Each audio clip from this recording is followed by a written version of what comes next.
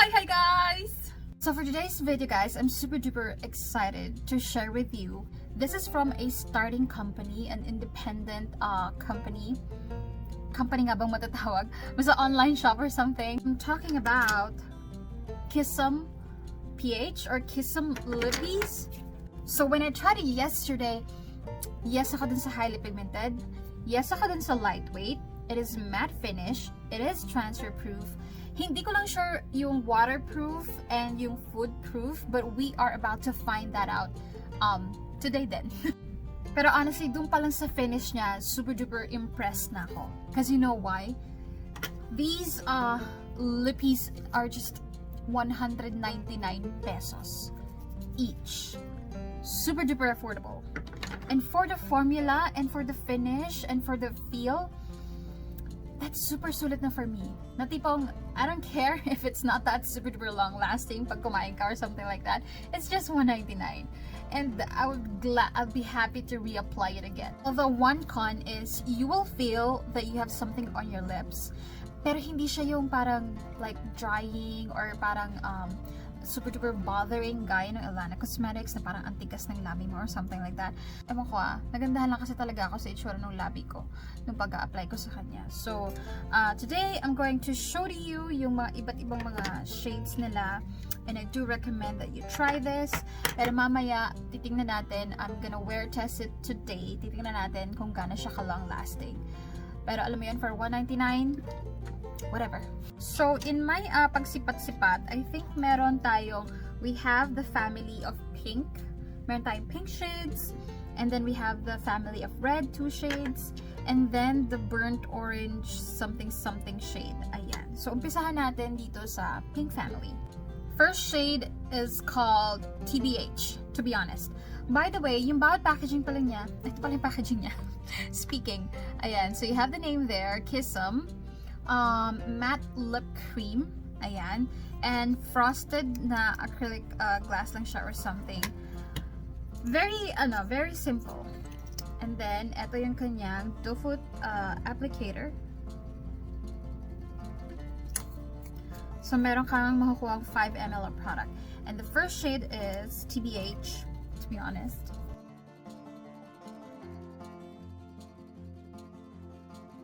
Okay guys, so while waiting for it to set, chika muna ako. So yung formula nito, it is very creamy. Very comparable nga kay Elana Cosmetics. And then super duper pigmented siya, kaya andaling mag-overline or to parang, alam mo yun, ilagpas mo na konti yung lippy mo to make it look like you have, you know, Angelina Jolie lips. Habal pa akong con. If you have dry lips, if you have like chappy lips, baka kailangan mag-exfoliate ka muna bago mo gamitin to. Mag-hydrate ka muna dahil bago mo gamitin to because it is gonna highlight the dry patches of your lips. Pero, alam mo yun, maganda talaga yung ano niya, yung finish niya. So guys, this is TBH on my lips. Now, for this to be transfer proof, kailangan mo talaga antayin na mag-set siya at lumapat siya ng bonggang-bongga sa labi mo. At pag nag-apply ka, wag mo ipapacker ha. Wag mo gaganin. Hindi siya ganun type of liquid lipstick. You have to apply it like individually. Wag kang mag-ganon-ganon.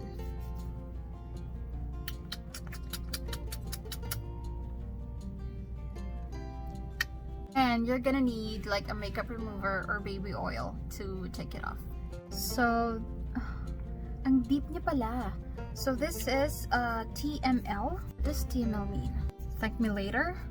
Text me later?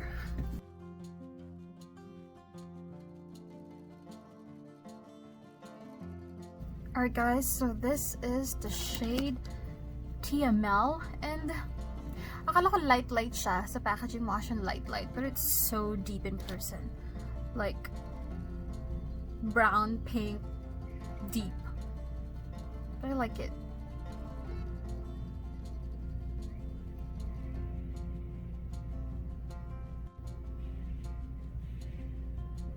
Next shade from the pink family is called WTH.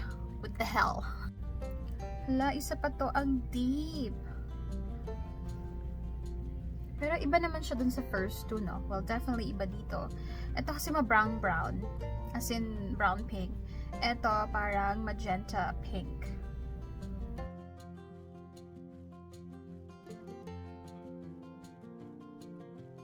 So, this is WTH, what the hell? Or what the heck?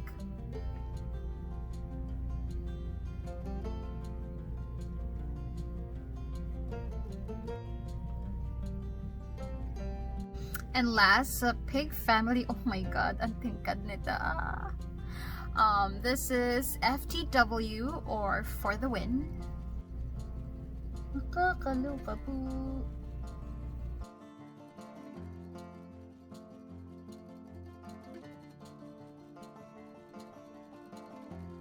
Oh my god. Oh my god, sobrang tingkad niya, guys. Well, sa camera para siyang neon pink, but it's not. Hindi naman siya ganun ka, like ganyang katingkad in person. Deep naman siya. Magmumukha siyang red actually sa unang tingin. Pero pag sinipat mo, okay, it's like magenta. Vonggang magenta. It's not that bad, but this is not my cup of tea. So yeah, this is For the Win. Win na win ka talaga, dahil. So we're done with the pinks. Now let's move on to the burnt orange or the oranges. Damn.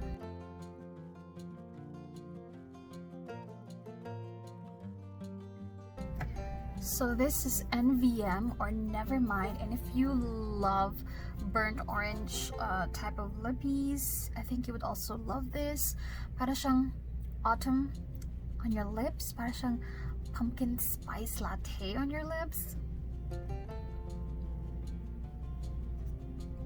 And it's really deep in person. So yeah, this is NVM or Nevermind.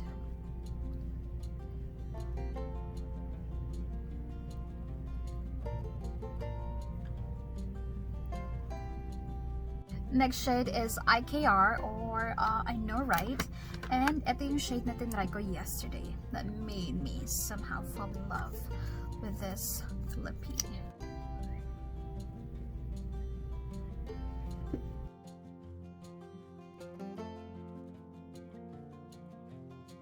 So this is I Know Right or IKR, and this is one of my favorites, you guys.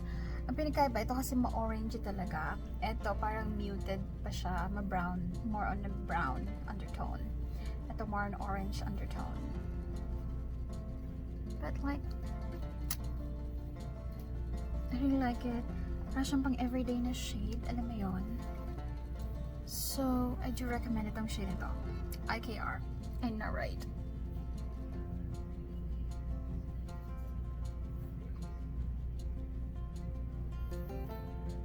And now, last batch is the reds. And obviously, itong unahin natin.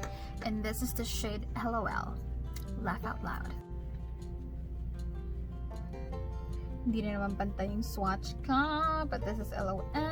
It's a very bright red.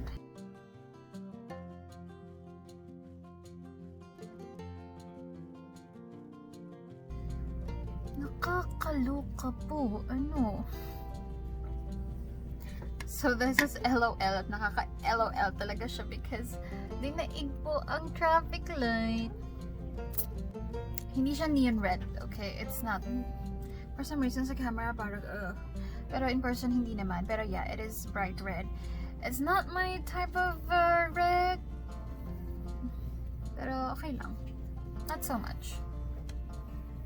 So this is LOL. So we are down to the last shade, and this is OMG. Like, oh my god.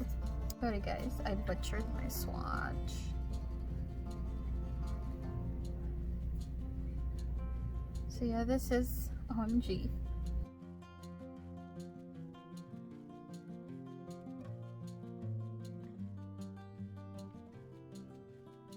So So this is OMG and I like it better than LOL kasi mas muted siya. And ito yung mga tipo ng red na napupusuan ko. So for my wear test today, I think ito na lang. Si OMG na lang yung gagamitin ko because you know me, I usually use red shades for my wear tests. So yeah, let's see if this is how long lasting it is. Sana long lasting. Kasi 199 lang siya. Oh my god, super duper sulit na yun.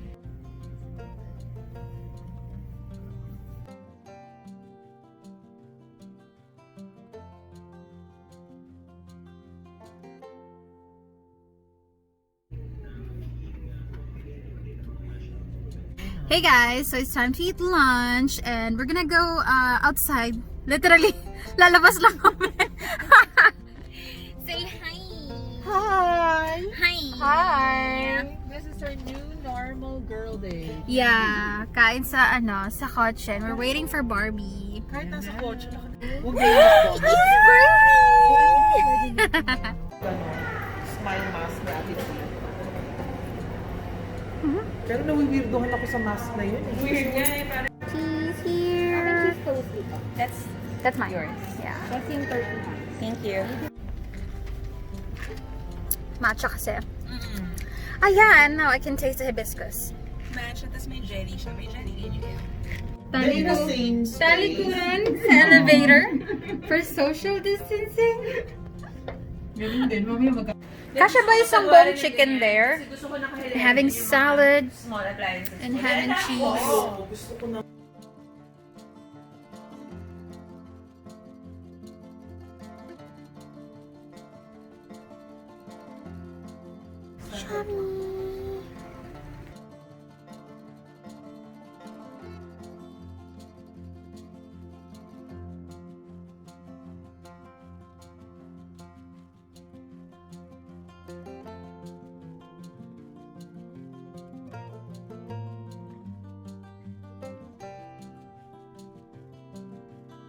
Hey guys, so I am back from having lunch.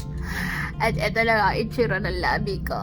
My god, kailangan na mag-retouch because we have an online show in 30 minutes. But I'm just gonna give you my final thoughts. Well, as you can see, ano ba mga kanan ko? I ate a salad, I ate siomai, I ate a sandwich, yeah, and I drank like a juice. For 199 pesos, I think okay lang kahit na, alam mo yun, hindi siya ganun ka super duper long lasting. Well, itong mga deep shades, it's gonna leave a parang a mark pa, a color pa.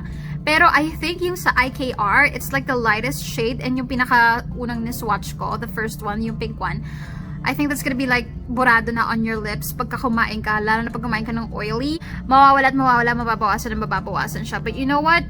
Dahil 199, it's okay. Comparable siya sa Ilana Cosmetics Lip and Lux, pero mas long-lasting Ilana Cosmetics. Buti man, dahil it's 599. So, gaya ng sinabi ko kanina, kahit hindi long-lasting itong si Kissum, I really love yung parang finish na on my lips. On my lips, well, iba-iba tayo ng lips. So, for me, it's okay. It's still worth a try. It's just 200 pesos. But yeah, I still do recommend Kissums. Kahit na, alam mo, hindi siya ganun ka like super duper strong or long lasting. So that's it for today's video. Thank you so much for watching and I'll see you in my next one. Bye bye.